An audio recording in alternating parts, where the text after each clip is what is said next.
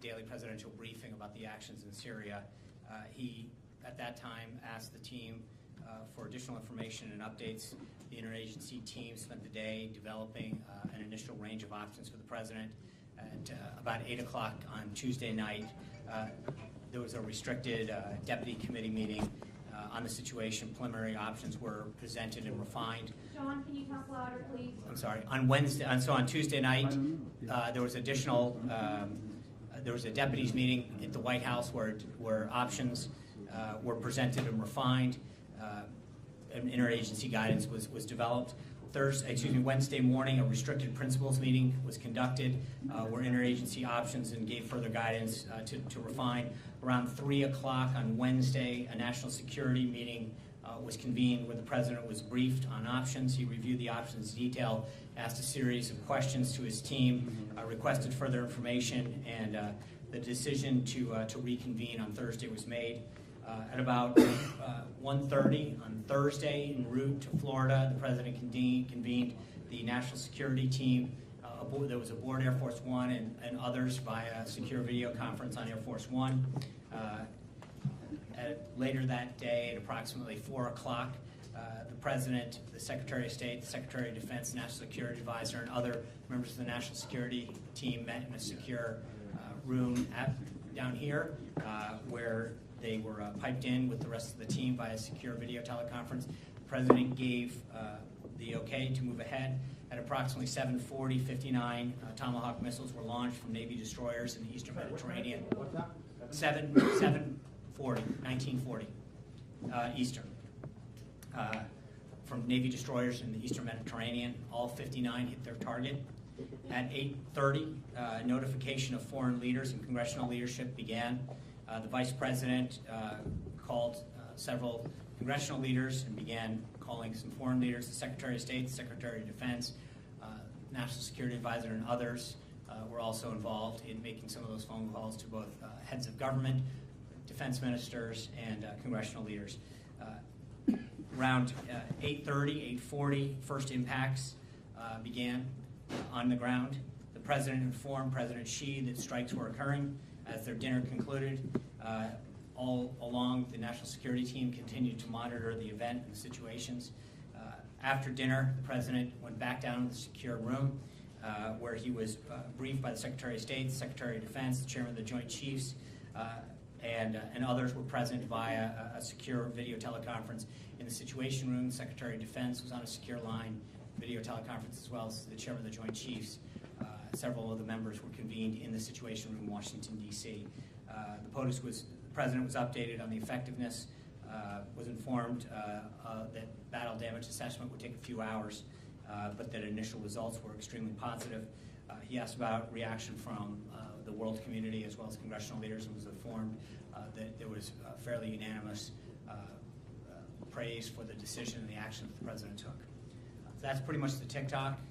Pentagon and the National Security Team continue to provide the president with updates this morning, and as soon as his visit with President Xi, I expect a further update to the president. Hallie. Sean, can you talk a little bit about the next steps here in Syria? Was this a one-off? Does this change the administration's policies moving forward? What happens from here? Yeah, I'm not going to get in. I think when you've heard the president talk, he spoke extensively in his Rose Garden the other day with King Abdullah there, that he's not going to telegraph his next move. But I think that this action was very decisive, justified, and proportional to the actions that he felt needed to take, and I think it sent a very strong signal, not just to Syria but throughout the world. Let me ask you a follow-up question now.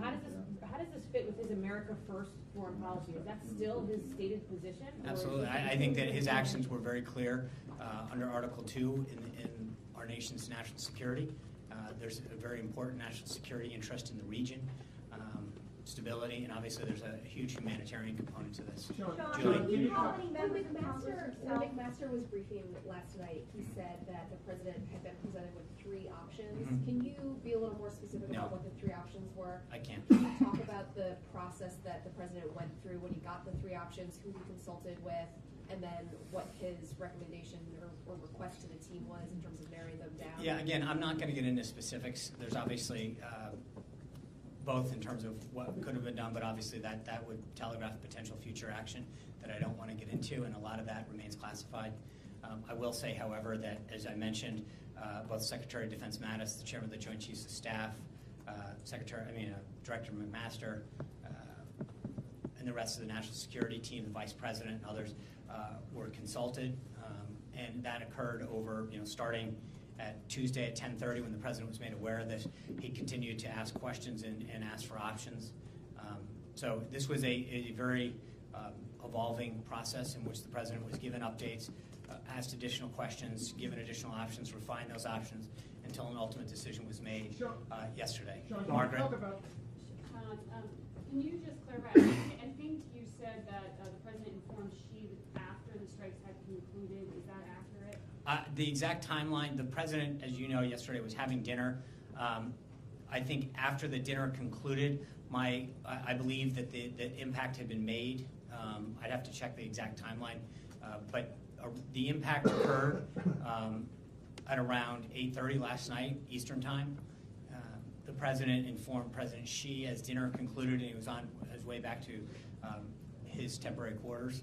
So where the exact timeline is, I don't know, but my understanding is that everything had made impact by the time he was informed. He informed President Xi. Can you put that in context? Because clearly, the President has said that North Korea is of deep concern to That's him. right. This is a military action that he has taken unilaterally. As he explained this to Xi Jinping, was it put in that context? Was there any broader message that, like, look, if you don't help us crack down on North Korea, we are willing to go ahead with similar action? Yeah, I'm going to let, there'll be a readout later today about all of the areas and issues that were discussed, and I think we'll try to get some individuals down to talk about specifics on the topics they were talking. I believe that what the President stated last night was just simply that action had been taken, what he was doing, what had happened, and that he was going to be briefed. I don't think there was any immediate nexus, but I was not present for that conversation. Sean, just to clarify clarifying the follow-up. HR McMaster said last night, I believe, that there were 2 NSC meetings. I believe you described more meetings than that. How many meetings was the President personally involved in throughout this process? I have 4 that were 4. 4, okay. Well, again, remember it started with the PBD. I mean, it depends. Then 5, yeah. If you count the initial PBD, that was at 10:30 on Tuesday. Okay, and secondly, I know you say the President says he's not going to outline what he is going to do next. He wants to remain flexible, but members on the Hill say that they want to be brought into the process. So how does that mesh, the President keeping his desire of not announcing things, but folks on the Hill saying, hey, we need to be brought in? Yeah, I would just say, as I mentioned, the key congressional leaders and committee heads and ranking members were all informed of the decision. I think now that action's been taken, I believe they'll be, they've started to have those conversations. Both the Secretary of Defense, Secretary of State, National Security Advisor, the Vice President, the Chief of Staff, others have been in constant contact with congressional leaders. And I understand your desire to understand what's going on, but I think those are conversations that are going to be held fairly privately in terms of preserving any future action. Hey, Sean, there are some reports out there that there are concerns among U.S. officials that the Russians were involved in the chemical weapons attack that occurred in Syria. What's the latest on that? What can you tell us about that? Is that something that you're looking at? Yeah, I'm just going to, the actions that were taken were clearly against the Assad regime, and I'm not going to say anything further than that. As I mentioned, just on I believe Secretary Tillerson noted last night with respect to Russia that was a military deconfliction with respect to the area of operation to make sure that because we're both operating, but beyond that, there was no political contact made with Moscow. But I think last night sent a very clear signal. Yeah. Sean, you talked about this as an evolution over these last 72 hours. Mm-hmm. Could you give a little bit of insight into the President's thinking and how that evolved? We saw publicly in the statements that he made where he sort of seemed to become more taken aback by the imagery, what have you, by the time he gave that press conference with the King of Jordan. But can you talk to us privately about what his reaction was at the beginning and then how that evolved and how he got from point A to point B ultimately to launch the strike? Well, only to say, number one, I think the President's comments that he made in the Rose Garden with the King Abdullah pretty much speak for themselves with respect to the disgust that he had for the imagery that he was seeing and the assessments that his team was providing with respect to the innocent lives, especially the children and babies that have been killed. Obviously, chemicals have been used by Assad in the past, but in his first 70 days, the president was very taken by this. But also, I think this was, as you mentioned correctly, this was a 72-hour evolution of receiving updates and options and refinement through additional questions that the president made to come to a final decision. But this is once he was presented with these at 10:30 on Tuesday, he began to ask a series of questions, began to get additional updates and assessment as towards what happened, why it happened, and then obviously options that were available to act. I guess the question, just to follow up, because the question is, was there a sense of maybe skepticism at the beginning where he said, look, are you No. sure that, you No, I spoke with him. I had an opportunity to see him initially right after that PBD, and he was very moved and found the event extremely tragic. So I think from the get-go, it was very, very disturbing and tragic and moving to him. And so you had a sense that he was there in terms of military strikes? no, I wouldn't say, no, again, yeah, I wouldn't, just before we get too far, the answer is that he had a very deliberative process of asking his national security team to develop options, and as you may know, I mean, those options usually start with 0 and go all the way to 100, and so there was a level of assessment, further probing, and questions that the president had, and then ultimately, after days of refinement, a decision was made. But I wouldn't want to suggest that there was any sense of immediate decision. That's why it evolved over time and took the length of time that he did. It was through a series of updates, questions, and further information. How did he see the images, John?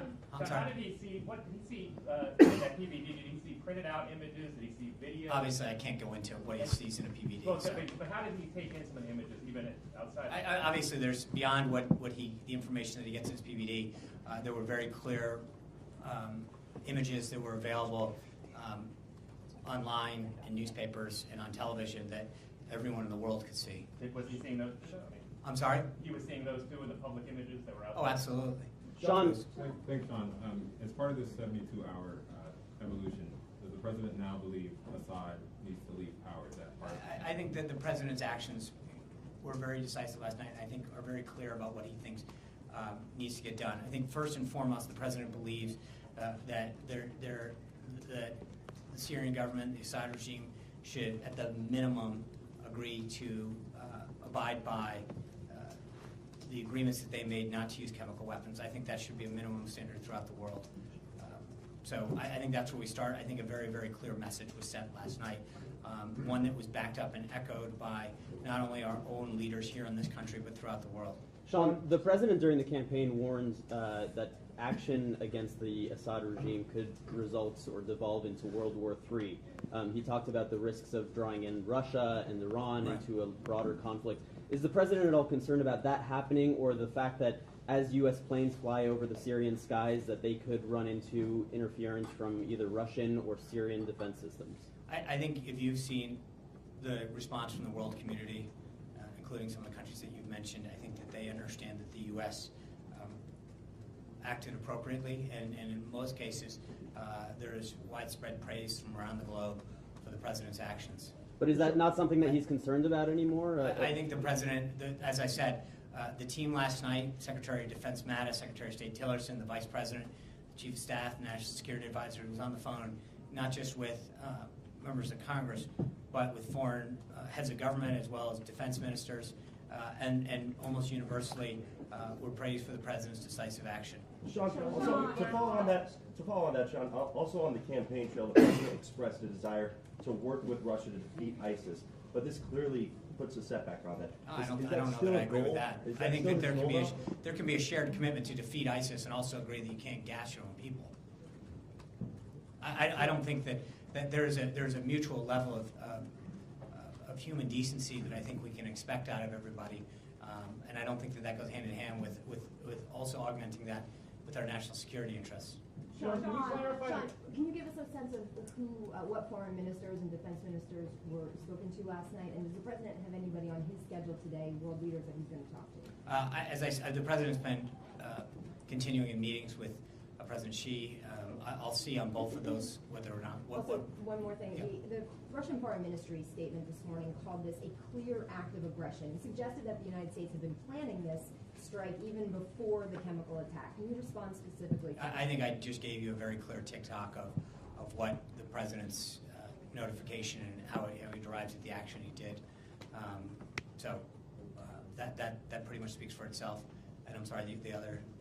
Just that this is a clear act of aggression. Yeah, I think this was a clear response on humanitarian purposes that has been widely praised throughout the globe. Yes, sir. Hey, Sean, are there any specific outcomes from President Xi and President Trump? Yeah, as I mentioned at the outset, we'll have a readout of that visit. I just want to give you guys a quick update. We'll have further information throughout the day. Stay in touch with us. I want to get back. Obviously, our focus is continuing to have a phenomenal, great, I'm sorry, Politico. I